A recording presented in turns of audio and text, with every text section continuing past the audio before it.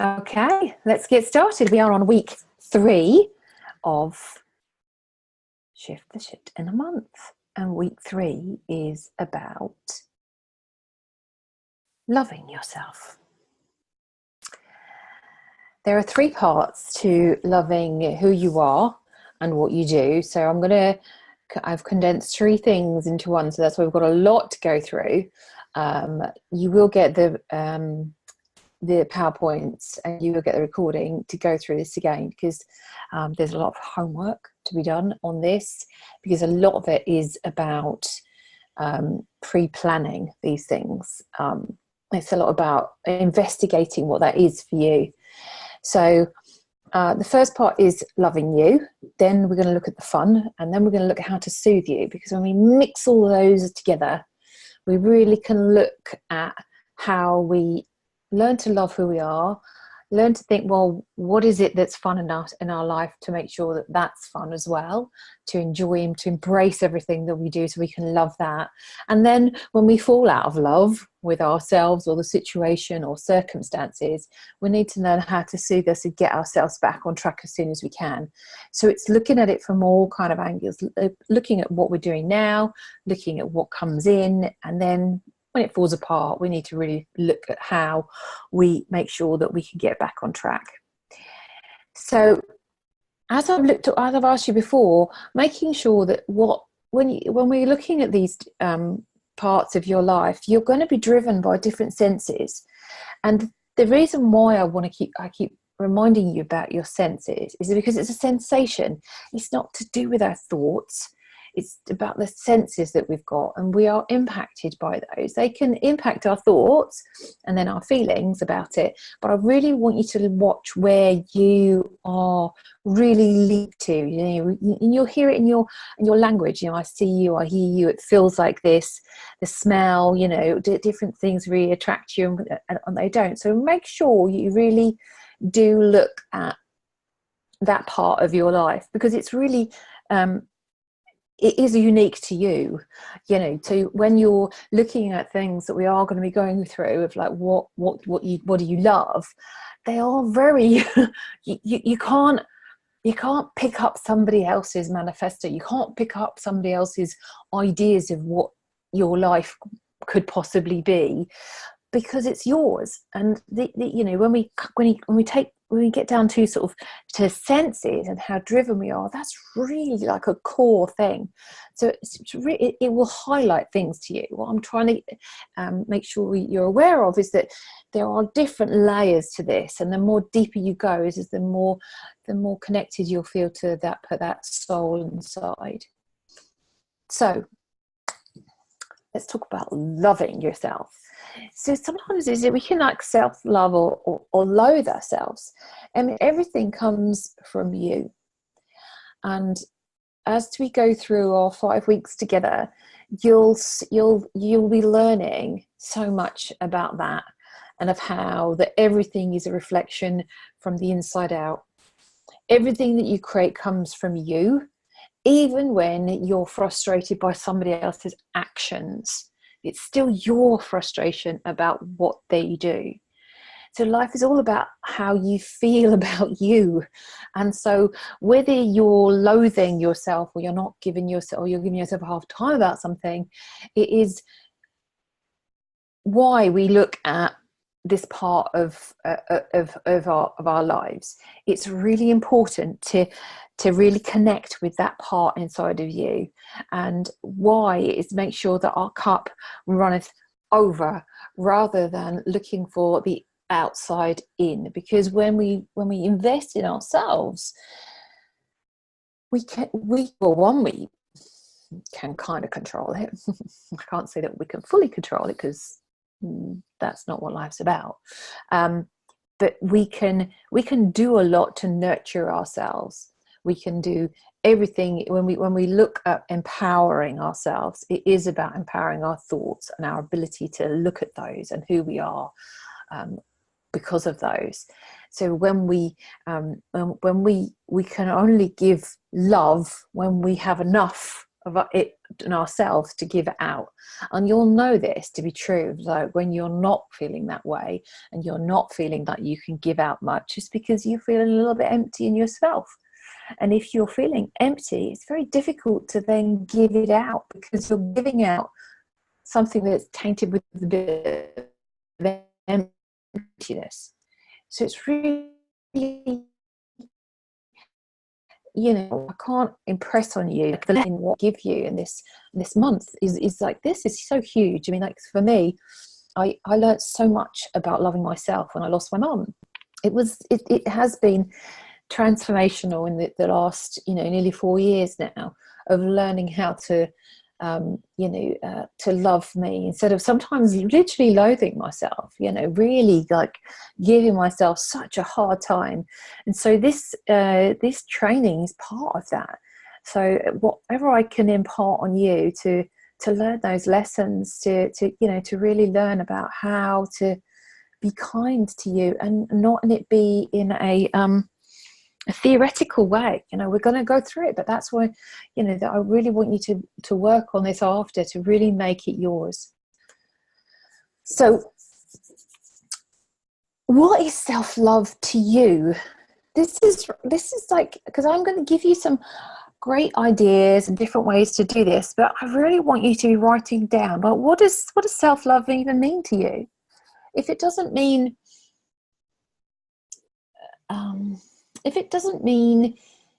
looking out for you, putting yourself first, being selfish, you know, what does it mean?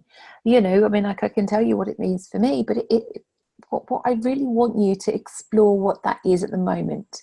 Like what is a self-love plan, you know, in terms of everything that we've learned, a lot of bad patterns and some great patterns, you know, in our decluttering, and of actually decluttering our thoughts and all of those things that we realized last week, is that a lot of our thoughts are somebody else's.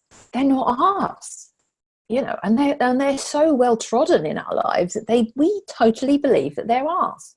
You know, that actually that, you know, that your mum and her mum and your ancestors, I mean, we are talking about ancestors, I mean, of how things are just handed down. This is what we do. This is how we do. This is how we cook. This is how we clean. This is how we eat. This is how you hold your knife and fork. This is, you know, and then you know, and especially as, you know, we are now in a generation of actually putting ourselves first and having equality of version. How do we actually even think about, now we've got time to put ourselves first? I mean, you know, think about that. You know, and so now we do need a plan. We do need a focus of some kind. And I want you to be really thinking about what, all the way through this, is like, what is this to me? Like really connecting inside with what it is for you, because it will come out. As we go through, you know, every week you'll start to look for these things. You'll see things, you'll see people doing things, you'll hear about things more, because you'll start, you know, that's how the law of attraction works. It's because when you're awake to things, you can see things more. It's like, you know, and it's just, you know, just common sense that it you know, it's like when you go to buy a car, you see everyone's got one, and you go to buy some new jeans that you really wanted, or, you know, it seems as though everyone's got them now. You know, you shave your head, everyone does it. I'm just joking. So this part is what, when we looked at the benchmarking of surrounding yourself and the impact of what you surround yourself with is that the energy that can come in or be taken away from you, from your surroundings. So when we're looking about loving ourselves, it is about how can you surround yourself with love? Like, how do you talk to you? You know, like when I did a great exercise as the mirror process a couple of years ago now, and it was about, there was a group of women, and we stood in front of a mirror, and we talked about and I was a trainer in this, so but the other trainer asked me to do the exercise, and, you know, these people were kind of talking to themselves in the mirror and sort of saying all the things that they disliked about themselves. and or the narratives that go on in your mind, you know. And mine were at the time were, you know, he won't love me if I'm not thin, you know, just like, yeah, I mean, like verbally abusing myself, of like, if, you know, there was the F word, there was the C word, there was the, you name it, it was all like, you know, you're a fat, you're this, everything else, you're not worthy, you should have done this by now, this has happened, you're lazy, you're this, I mean, like, you name it, boom, boom, boom, bash, whole time, you know, whenever I drop something, oh, for fuck's sake, you know, I forget something, oh God, again. It just, I want you to be really conscious of that narrative that beats you up, that constant person that's sort of going, oh, it's not good enough, oh, it's not good enough, or oh, you know, look at you, useless, oh, look at you, clumsy, oh, look at you, forgetful, look at you, you know, never, you know, not enough time, or, you know, oh, we're late again. Or just have a look at how you speak to yourself. It's really important. They're the thoughts that are going around in your head. They're the thoughts that we need to look at, be conscious of, and decide we want to do them differently. And I want you to really look at that this week. Really look at when you're giving yourself a hard time. And I you know, and I can feel that even by saying it, it's like, oh my God, how much of a hard time do we give ourselves? You know, if I'm tired, I'm just like, oh, I'm not tired, I can't be tired, I've got retreats, I've got this, I've got that, I've got this, I've got that. But sometimes you're just tired. And sometimes when you stop resisting what your life is happening and you go with it, things start to work. What do you wear? You know, we went through this last week, and I want you to continue on this theme of, does what you wear make you feel loved? You know, like even like wearing a little bit of perfume that you love that makes you feel special. You know, like I buy like lovely Jo Malone perfume, and I have a little canister in my bag, and no matter what, if I'm kind of feeling that need for that little boost, I'll just spray a little bit, and it can just be like literally like a half a spray that makes me go, look at me, ooh. And I want you to look at those things that do that for you. What are those small little things that you are hoping that somebody else is going to notice and do for you? That's self-love. That's looking out for you. When you know those things that are little treats for you, you know, that there's a little, when I go to Marks and Spencer's food hall, which I don't go to very often, but I'll get a certain little thing in there because I like it. And I like it because it reminds me of my mum, for a start, and so that's lovely. And then and it also reminds my children of my mum, so we all get a little boost of Nanny coming to visit when I'm into Marks and Spencer's, because it was her favourite shop. You know, Percy Pigs, which are repulsive, but my mum loved them and my kids love them, so they come when I go to. But it doesn't really matter what they are, but I want you to notice what they are for you. What are those things? You know, what do you eat?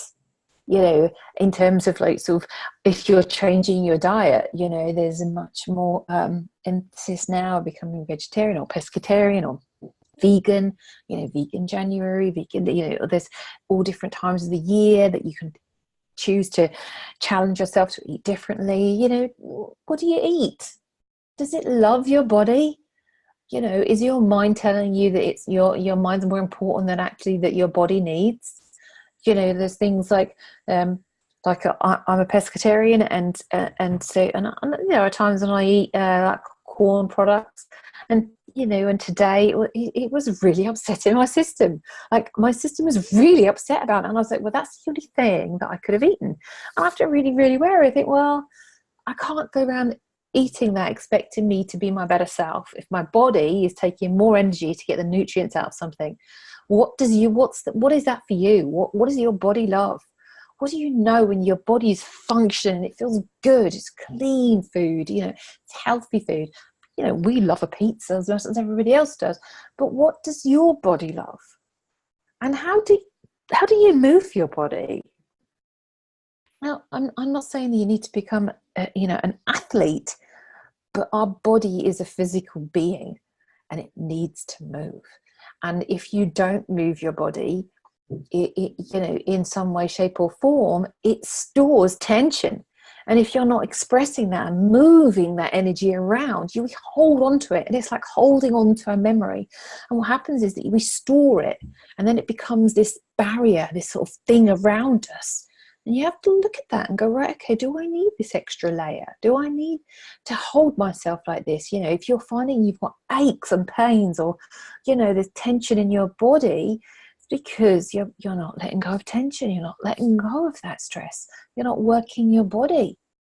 And the last thing I want you to think about in this is who do you hang out with?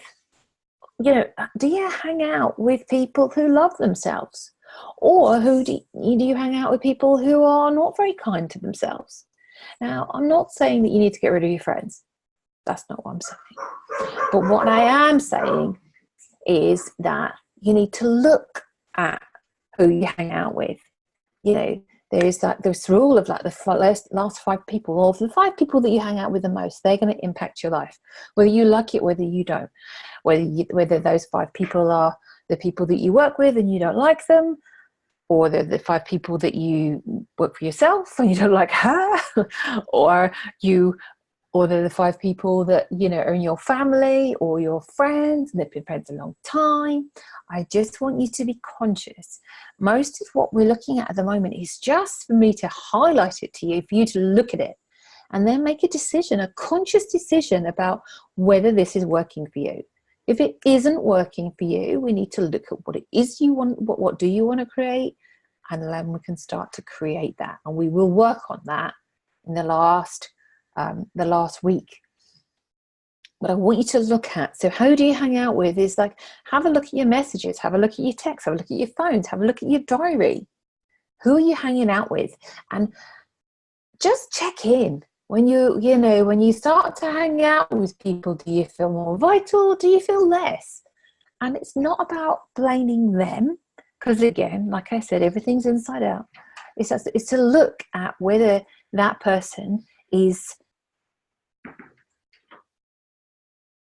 a reflection of who you are, or is reflecting something out in you that you don't like much. And it's just to look at it. When you're conscious about it, then we can make a change. Or we can look at how we hang out with that person. There are always lots of decisions. It's not to say, thanks very much, goodbye. It's more about, thanks very much, I now notice it. How can I do this differently? How can I think, right, okay, this person really pisses me off when she starts talking to me about something, but I really enjoy her company, or I enjoy her friendship. I've known her for 20 years, 30 years, 40 years, however long. What can you do to get the best out of that person and the best out of you? So you set it up for you to be more in love with that person than you are now. So this is about, I want you to journal this, but it's a really great exercise to do. And you're probably groaning, because I did when I did this. But I think it's about writing to yourself like you were your best friend. So you just write a letter to yourself. Who is she? Who is that girl? Who is she? What does she love? Why is she so important to you? I think so. The thing is that sometimes we live such a life of, plans, creating, doing, and we don't often spend enough time with our own why. And our own why is deeper than just, why do you want this? It's, who are you? Like, why are you so important in your life? And if you're not, to look at who taught you to be like that. What amazing skills has she given you? Like, this wonderful being that you are in this lifetime, she's giving you these amazing skills for you to do these things. I mean, how amazing is that? It's a letter of appreciation and gratitude, and of a thank you. Thank you so much. Like, for me, thank you so much for creating this life where I get to work with amazing women. I get to work, in in my living room on a Monday night.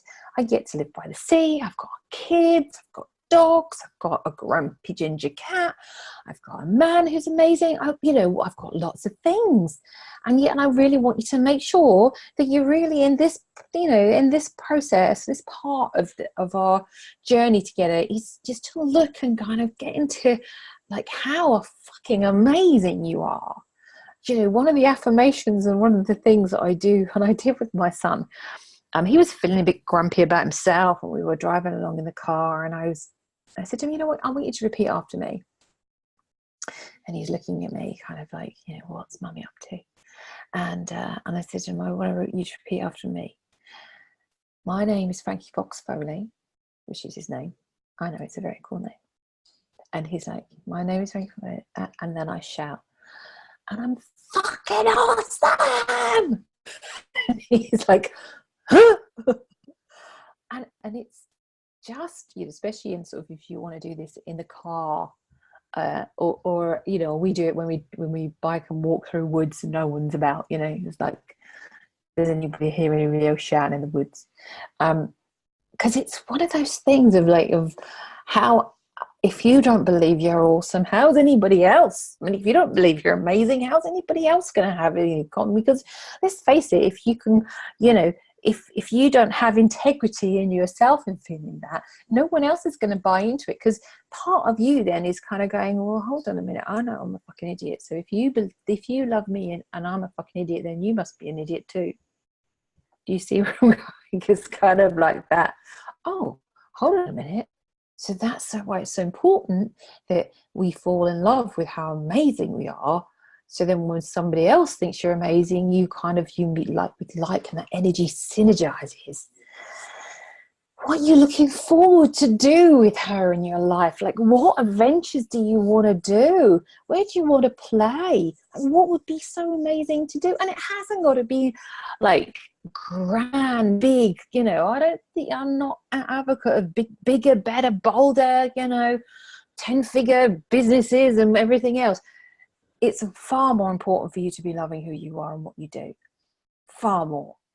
So getting these foundations, getting the fundamentals right, is then, because then you can create, then you can say no to things that are not working and start to say yes to the life that is waiting for you to say yes to it. So let's start talking about fun. So fun, play, love, silliness, childness, just that lighter side of life. When we start talking about businesses and creating things and what I've got to do, and I've got to take this seriously, I've got to get fit, I've got to, I've got to sort this out, I've got to get boundaries in place, all of the different things, and we can get really fucking serious about it. And there's no evidence that, like Joseph Campbell, there's no evidence that life is a serious event. No evidence. Like, no one said, there's no rules that say you have to take it serious. Now, when I mean fun, I don't mean flippant. I mean to enjoy your experience here. There's not a shred of evidence exists in the favour of the life is serious. Brendan Gill. I don't even know who Brendan Gill is, but I really like the quote because it reflects what I feel. Our life is about the actions we consistently take. It's like, I want us to now look at the fun side of you, because when you're having fun, you invite others in. When you're taking life seriously and somebody else is outside, it's very difficult. They don't want to get involved with you because it's like, she's very serious about this. So we need to just look at how you can invite that into your life. So what is the fun part of you? What is it? What is it that you're doing in life when you're, what does that part of you hang out? Have you got to have certain sets of parameters? I've got to have this in place and this in place and this in place and this in place, and then it'll work, and then I can lighten up, and then that'll be okay. I can't relax until the house is clean and this is done and the washing's done and that's put away, and that's the consideration. Oh, look, I didn't meet them all today. Oh well, never mind. better luck next time. What is it? You know, where do you hang out? And who can find it for you? Like, where, you know, who else do you need to have around that could help you find that? And it might be that, you know, that you have a lot of fun when you hang out with Cheryl. She's amazing. She's so much fun, you know. And what is it that happens? I want you to really kind of just peel back some layers, you know, and to see where that is. Because then once you see those patterns like we've been looking at, you can start to go, that's a really essential pattern that I need to look for. Why do we need to do it? Because that fun is that's connected to it's a deeper part of ourselves, and it revitalizes you. It keeps us in a joyful space, in that space where you want to create more, you know. And it hasn't got to be well, I can have fun once I've done all my chores or I've done all the serious things. Most of the time you're better off going and having fun before you do anything else. Like, seriously, I'm seriously fun about this. It's the how do you kind of inject that fun, that lighter side of you, because then things start to fall in place a lot easier. I know that I'm not saying this and you'll be going, oh yeah, actually that is true. But how often do we do that? How often do we sit and go, oh my gosh, I'm taking this far too seriously and it's taking me hours, when I should just go and, you know, do something that's fun for a half an hour. That investment can shift your whole energy, and life can become so much, you know, it's like ka-dunk, ka-dunk, ka-dunk, ka-dunk, ka-dunk. When you take the pressure off yourself and just go and do it, you'll find it is much more fun. Ease, flow, and alignment. What are you doing when it's easy? You know, it becomes easy for you. So what is that? There's a really important pattern, a really important habit of yours that we need to look at. So where is ease in your life? What is it that you're doing when it just, you know, oh, that's easy, you know? And people look at you and go, you know, like for me, there are certain things that I can do that are really easy. You know, like it's easy for me to do a video. It's easy for me to jump on and do a live. Easy. Why is that easy? Because of certain things that happened in my life that make it easy. You know, there are certain things that I can go, right, okay, that's easy. You know, it's easy for me to do a live than it is for me to do a video. Because this is live, I'm recording this live to an audience. It makes it so much easier. If this was a video, there wouldn't be the same energy. And so it's just like, look, I need to look at that, because for me, I'll avoid doing a video, but I won't avoid doing a live. So that's easy for me. What other things for you? What is it? Is it easy, simple, as the opposite of serious, like we were talking about? Is it when you're in flow? What is flow to you? You know, ease, flow, and alignment. So when we're looking at alignment, and people will talk, you know, sort of, we talk about this quite a lot in coaching, is to look at your values, look at your actions, and are they aligned? If you're telling me you want this out of your life, and then I ask you about your life and they're like not connected, it's like, how are your daily actions aligned for me to know that this is a true statement? This is a true statement, a true intention of yours, that this is happening. And it's aligned, and I love it, and I'm enjoying it. It's fun, it's ease, it's planned, it's structured, with a lot of ease to it. And then you're in flow. You know, life starts to work when you start to pull in those energies. But if you don't know what those energies are, and you're not looking out for yourself, how do we even know what they are? So one of the things that I want you to start playing with is 100 ways to have fun. I know it's a tough ask, but when you start to get into this, you will find so many different ways that you like to have fun.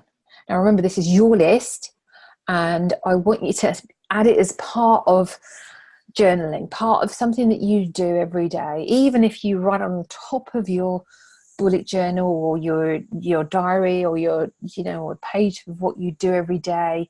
Of some days is that of you know, what's fun for me today. You know, make it a part of it. Is that, what do you love? What do you like? What do you cherish? And, you know, but on the 100 days, it's best to just sit and just get part of your journal, you know, allocate some space to it, and to start writing this list. Like, what's fun? What are the small things? Like the tiny small things. And they haven't, I mean, like these don't have to be, you know, trips of a lifetime things, although Tuscan retreats are quite nice. It could be, there could be a new mascara. You know, like for me the other day, I went out and I got myself 2 new mascaras, and I was like, I was batting my eyes at everybody like, you look like a little kid. It's like, and it was a mascara. It wasn't a fortune. It didn't cost a huge amount. You know, I love charity shops. I get rid of a lot of my stuff, but if I go into charity shops and I can find things for other people, because I love to do that, and I'm very good at finding solutions for people, different things that they need, not stuff for the sake of it, because I'm not an advocate for that. But it doesn't cost a huge amount to have small fun things. And then there are big things, you know, so and have a look. So some of them things are investments in time or money, and some are like, so some are like really a short amount of time. It might be that you go and get someone to do your nails. It might be that you do your nails. It might be that you have a nice bath. It might be you buy some new bubble bath. It might be that you go and get really muddy when you go for a walk. You know, like really scandalously, like you were when you were a kid, you know, picking up mud and shove it on someone's face or something. It could be going and taking hot chocolate on a nice walk. It could be asking for hot chocolate and having everything on it, even though it's really, really bad for you know, or going and buying yourself a big slab of chocolate and sitting down and watching a movie because you love it and no one's there, and who gives a fuck anyway what anybody else thinks. It could be anything, but it's your list. Right? So even if you Google this and say all the fun things and you look through it and you go, yeah, I'd like that, I'd like that, I'd like that, I'd like that, because it's your list. It's not anybody else's. So don't ask somebody else what theirs is. You can ask, like I said, you can Google things to be inspired, but make sure that on that list is something that you want to do. So it's always, it's a fluid list. It's not on this day in 2000 and wherever you're watching this, that this is the list. That's not what I'm saying. I'm saying that this is the list that you're starting from now, and then you go through it and you make sure that it's still how you want it. Because it might be that you love a certain time of bubble bath one month, and you might not like that another.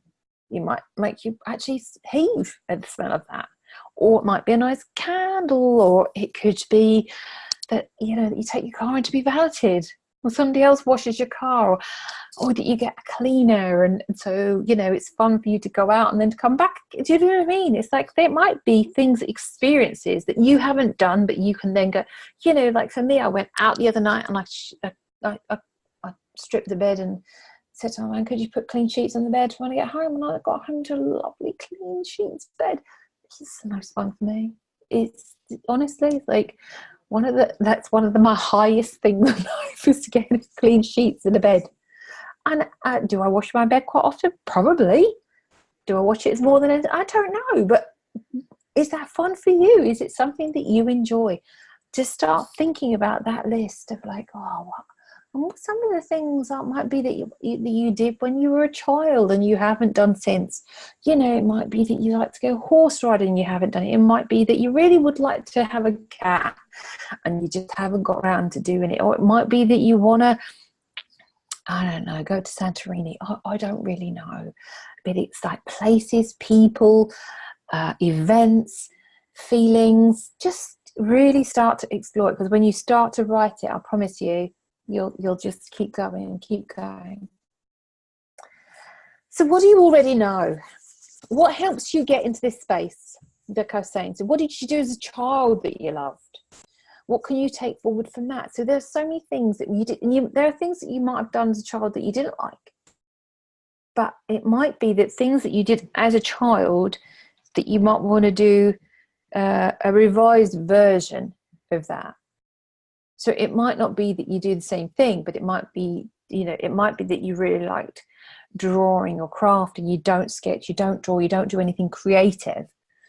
You know, it's like, well, what could I do? What would I like to try to do? You know, where do I use my creativity? And just to look at it, just say, right, well, I know I use my creativity in designing things, you know, designing designing this program, designing retreats, etc., etc.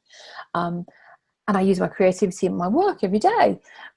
But I also like to learn how to do things, you know, it's like sort of crocheting, knitting, you know, just getting involved in different things, you know, building things. I'm often changing my house around. You know, what are the things that are fun for you to do? If you like to build things and make things, do you build and make things? No. Okay, what could you build and make? So start to think about those sort of pulling different energies in. And it's like when you really know that you really love doing something, and yet you don't get to do a lot of that in your work. And you could. It's like, how can you change it around so you do that bit that's more enjoyable first? So you get into momentum and you get into the flow of life. And, you know, then life seems to be moving much more with ease.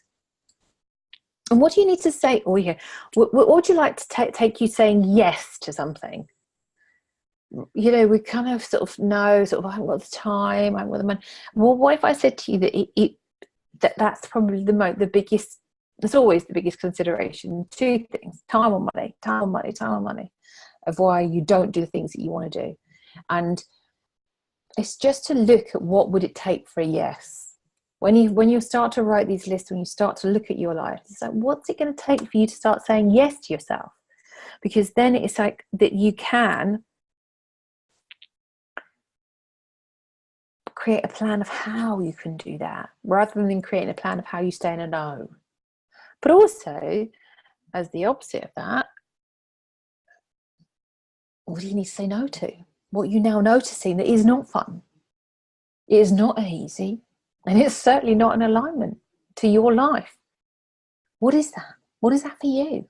What is that you now need to know, that you know that when I really want you to start understanding your vitality and how you feel, and that we're chasing vitality, and actually that you know that when you do this type of thing that isn't fun, isn't aligned, etc., that now you know that that's a no. Your body and everything is trying to say to you it's a no, and yet you're ignoring it. I really want you to look at, because there's a real difference between a no and a yes, and you need to really know the difference. I really want you to know the difference. And that's the talking about, it's like, of the boundaries around what is fun for you, because no one else's, like I said earlier, no one else's opinion matters. It really doesn't. Because when you ask people what they want for you, for people who care about you or love you, if you ask them what they want, they would generally the response is they want you to be happy. And how you do that, they may have considerations, you know, there are sort of conditions of that caring, but, you know, I want you to look at your boundaries around what's fun for you, as long as it's not, impacting others. Have a look to see when it is and when it isn't, and actually how somebody else's boundaries on your time or behavior is having a detrimental impact to your life. Just to notice it and to see how you feel by the end of this journey together, whether we can change that. So I just thought I'd give you a little picture of me. This is me having a lot of fun and remembering what it's like. So they're two of, like, I think I'm about 8 in that picture, and it's one of my favorite pictures. So that's a tent that was like, it's one of those big heavy tents that was in my garden as a child, and those two little puppies, we used to have a lot of puppies.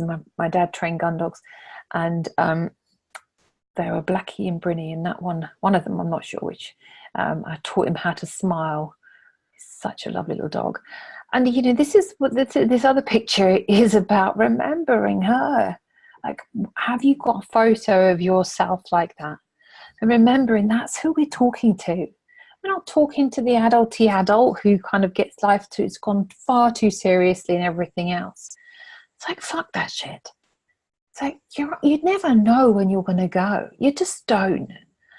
And we say that so flippantly, but like my mentor recently died. He'd had a heart attack 4 years ago, recouped everything else, was renovating his house, and fell down the stairs, banged his head, said he was fine, everything was fine, went to bed, got up in the middle of the night with a bit of a headache, fell down, was sick, massive bleed in his brain, died. And I can't tell you of how many times he told me that line of, you never know when, what if you had a week to live?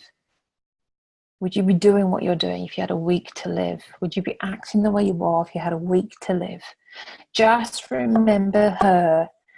Get that photo of her. She's still in there inside waiting for you.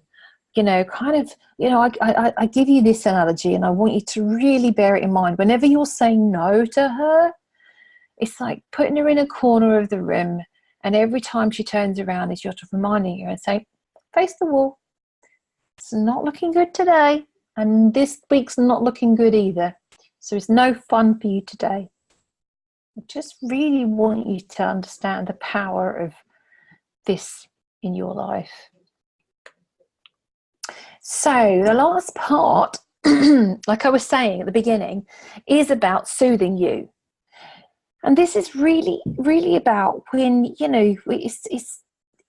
can love ourselves and we can do all the things that I've said. But the last part of it is, what do you know about yourself that when you're just feeling a bit meh, that you can soothe yourself? It's like sort of self-soothing, instead of somebody giving you a pacifier that you can self-soothe. That's a funny analogy, Kerry. Anyway, so what does soothe mean for you? Let's just stick to the script. I haven't got a script. We all get soothed in different ways. Like I said to you about love, fun, everything. They're all different. And we all take out, and it's all very different of how you've been pre-programmed up until this moment of how you deal with stressful situations. Because some people's stressful situations go inward, some people go outward, some people just take it on board and just carry on and just chuck it in the back. Off we go. I want you to really look at how you deal with these situations, because this is personal. This is not determined by others. And this is where we need to dig deep and decide how, when life gets a bit tough, that you can soothe you. What are those things? Like I was reading today in a post in a group of sort of even like sort of, top coaches. We all fall off the wagon. We forget. We take on and take on and take on. We grow bigger, better, brighter. And we all get onto that bandwagon and think, yeah, I'm gonna do it. Oh God, I can't do nothing. I just died. My trigger is exactly what happened, is that I found my retreat. I was like, oh my God, it's excited, everything else, bash, now.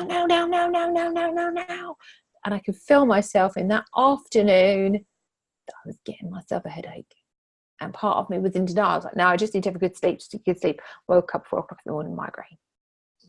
That's how my body tells me, shut the fuck up, lay down, have a bath, eat this, do nothing. Life will work. You've got to stop. And I want to really, this part is really important for you, is that you need to look out for yourself. You are responsible for your own thoughts, considerations, reflections, everything, but it's your responsibility. It isn't anybody else's. It's like I'm going to go back before you start looking at this one, because, it's like if you keep walking in the door and you say, I've had a bad day, and so somebody else has got to totter around you because, we need to sort of cure you and everything else. Now, you can, there are, that's okay, but then that's a whole heap of drama attached to it. Like, you can be sick without drama, you can need help without drama. So if you've had, if you've got a headache, or you need some help in some way, or you're just a bit stressed, or you need this, there are ways of asking for that. And the ways of asking for that is knowing how that works for you. So you can ask, being vulnerable, having the strength to say, I really need a nap, or could you cook tonight, or I'm going to go to bed early, or I'm just going to go to get my book, I'm going to go to bed, or I'm going to go and get in the bath, or I need to go for a walk, I need to go clear my head, or I need to go hang out with the girls, or I need to go and do something. It is your responsibility to do that. And then once you know that, it's then actually asking for what you want gets you those things. So when you come in and you've had a big day, or it's been a full-on day, that you can come down and say, oh, it's a full-on day, let's just do this tonight. It's not, here's my problem, can you solve it for me, even though you don't really know what the problem is, because I've not really told you what the problem is, but could you fix it anyway? And then somebody goes, oh, well, would you like a cup of tea? No. Would you like a glass of wine? No. Would you like, can I plaster? No. It's all about, it's all that needy victim status that you don't need to do. It's about turning that around and going, these are the things that I need for me to be the person I know that I can be. And for me to be my better self, I know that I need all these things. I need certain things in my life. So what is the impact of denying that if you don't do these things? Like, what's the cost, really? That I need to get this done. I can't look up, I can't have a nap, or I can't have fun, or I can't do this, and because I've got to have this done. Now, don't get me wrong. There is sometimes a very rare moment, excuse me,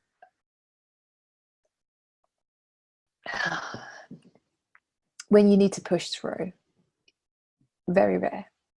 But we are kind of, when we look outside of people hustling and doing different things to get through things, or when we look and we get into comparisonitis about other people seeming to do it really well without doing much, and God, I should just scrimp through as well, she seems to do it on 4 hours sleep, that's amazing, maybe I should do that. Oh God, why is it that I need 8 hours sleep? Bloody hell, why? Maybe I should I'm going to see if I can do it on less. I can do it. It becomes sort of, you end up berating yourself, and how you're conditioned to push through.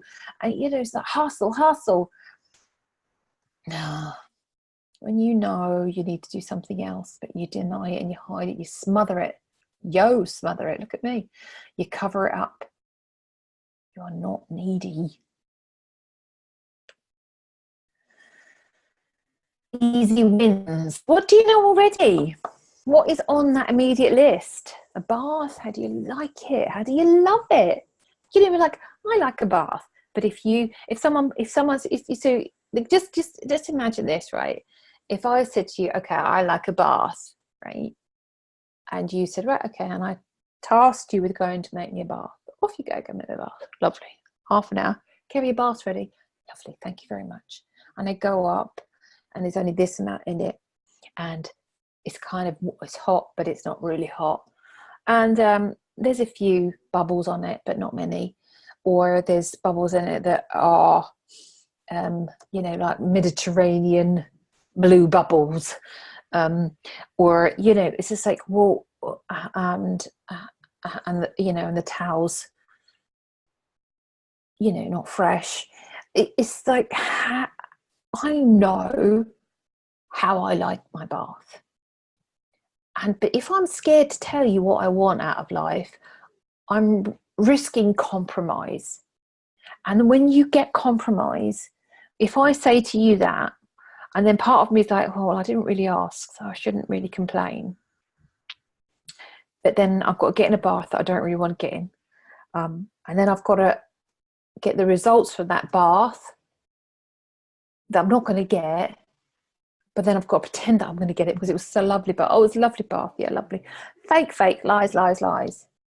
right? And then I'm feeling a bit pissed off about that I didn't get the bath that I wanted, because I didn't really ask what I wanted. I didn't get what I wanted, but it wasn't anybody else's fault apart from my own. So now I'm a bit pissed off, maybe with you, but maybe with myself for not asking.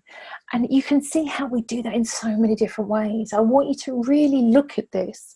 You say, how do you do that? How do you not ask for what you want? And we kind of subtly hint, and then we don't get what we want, and then we get resentful that we don't get what we want. I promise you that comes up in your life somewhere, because it's very rare that everybody asks for exactly what they want. You know, in everything from simple to a bath, to a raise, to a boss, to a, you know, sex, to your beds, to your car, to everything, like everything. And it's really like, you know, what do you really love, and how are you expressing that to people? So they can, generally it's just like, people want to do what you want, but if you're not sharing that with them, how are they going to know? It's kind of a big guesswork. Well, I've known you 20 years. And then it's even worse. It's like, well, you've known me long enough. You should know by now. You know, I hear this so often with relationships. He should know. Husbands or partners, or she should know. You know, she's known me long enough, or my parents, or whatever it is. Yet, time and time again, nope, not happening. So who can you include in this? Like I just sort of mentioned a few people there, but who else? Who else has an impact in that? You know, like what? And also, to go back actually into this, is like, who can you include in your soothing pattern? Who is good at that? Who do you get soothed by being around, and why? Because then you can start to really look at creating those patterns, you know, for yourself. Like if you, you know, like if you like to have business meetings in the spa, you know, if you like to have business meetings while you walk, if you like to have discussions with family members while you walk, you know, or talk, or how that happens. Or, you know, like for me, like I had a lovely day on Saturday with my son, you know, who has, you know, he's kind of a bit grumpy, and, you know, sort of it's been a bit, he's a really bright boy, and he's, you know, I mean, you know, we have a lot of fun at home, and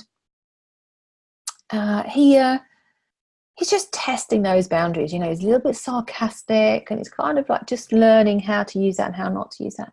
And it was great because I got to, you know, I had to take him to, you know, football, which was, you know, 50-minute drive, because it's one of the joys of being a parent, with your children playing football. And he, and we played a few songs that we sang to, and then we turned it off, and I asked him about life, and there's different decisions that I've made in life that have an impact on him, and how does he feel about that, and he's got any questions about that. And it was really soothing for us to have that time together. You know, when you're in a car journey with another person, it's a real time when you really can connect at a different level, because you've not got any other distractions. There wasn't, you know, his dad there, and his other brother, and, you know, the whole family wasn't there to, you know, it was, he had one-on-one attention, and he really loved it, which I did too. He was asking me all kinds of questions. So like, who can you include in that? You know, how do you get the most out of other people in that? And what creativity suits you? You know, like I was saying, you know, I sort of challenged myself this week. I've got a massive list of things that I think I'm going to get done, which is funny. I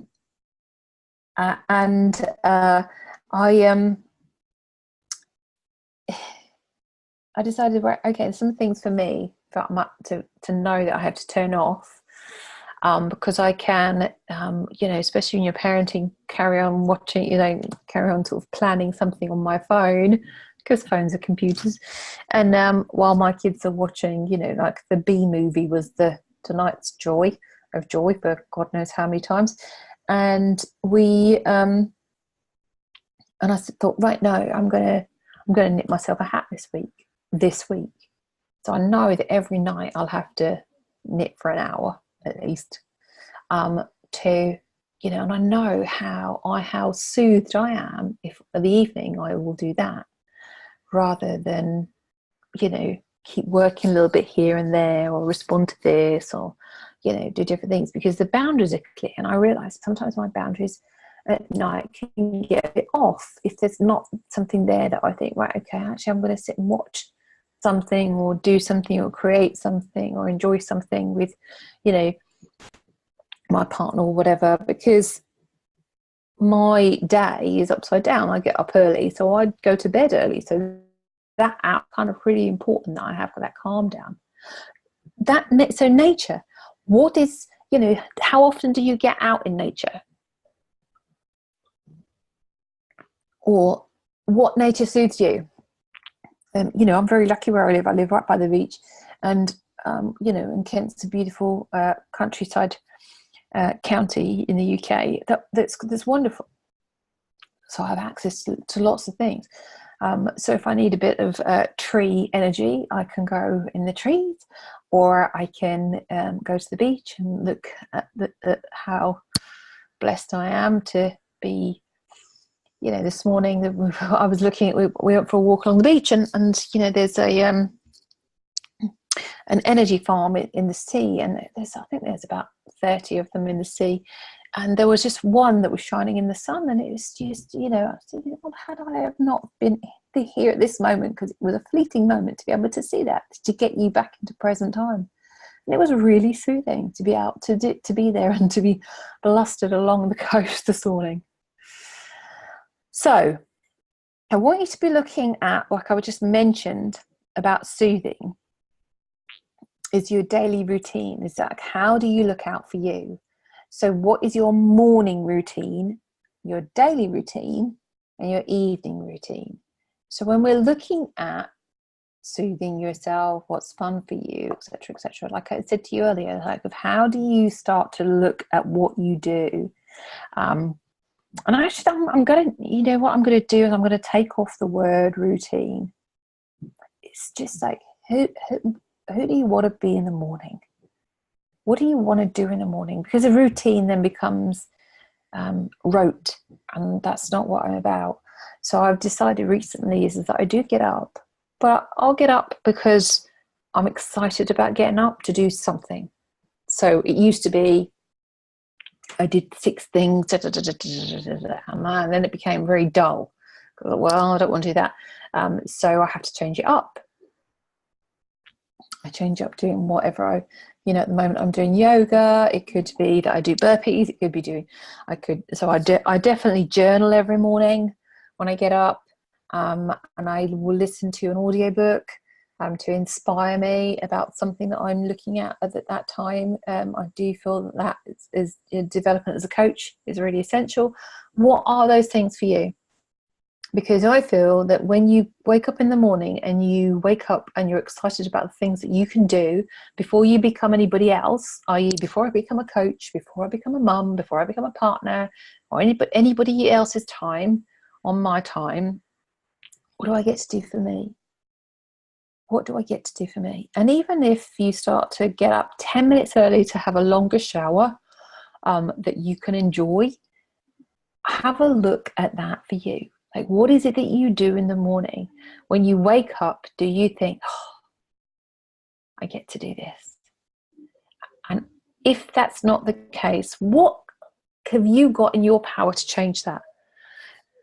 Is it something that you need to do for fun? Is it something that you need to be looking out for yourself?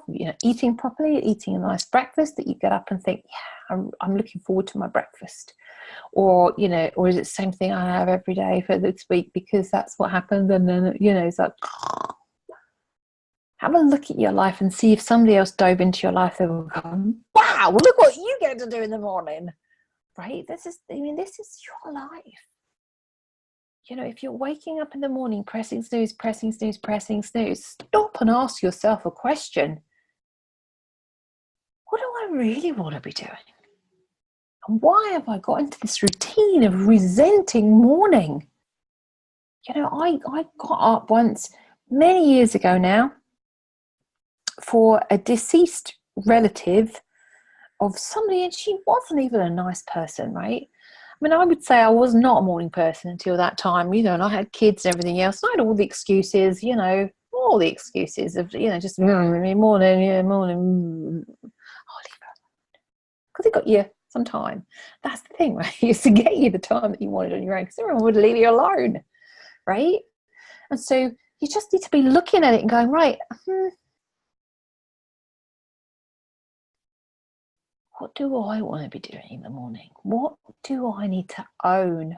How am I responsible for having the most enjoyable morning ever for me? What is that?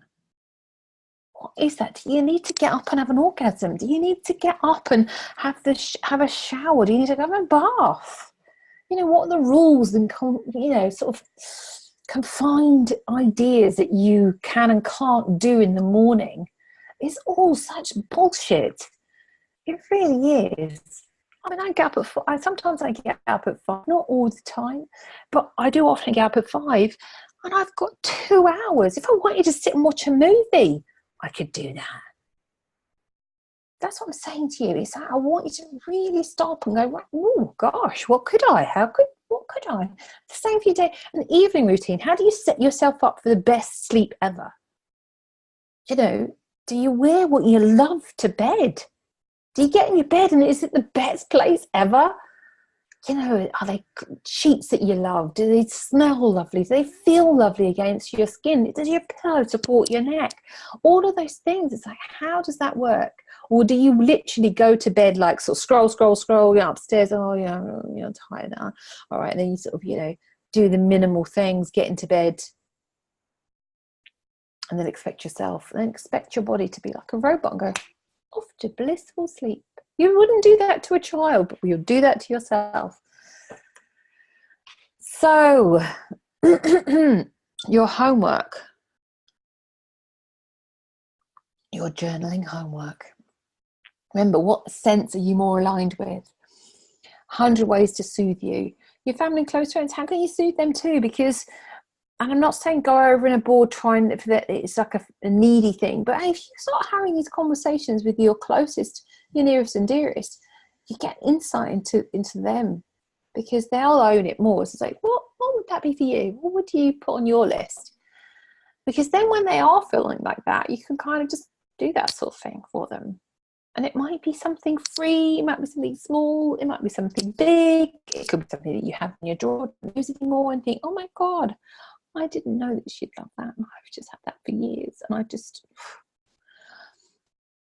fun. 100 ways to have fun, ease and flow. What's fun for you? What would I love to do more of? What do I want to invite more into my life that is not there? And I've kind of realised it now. It's like, oh gosh, why have I waited so long to do that? Well, you have. We're here. How can I make it okay for me to do more of?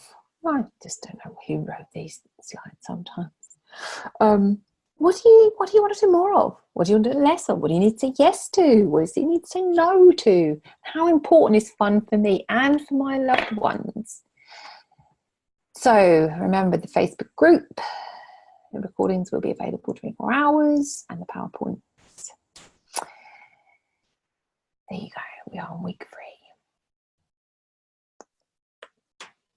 3. I am going to stop session.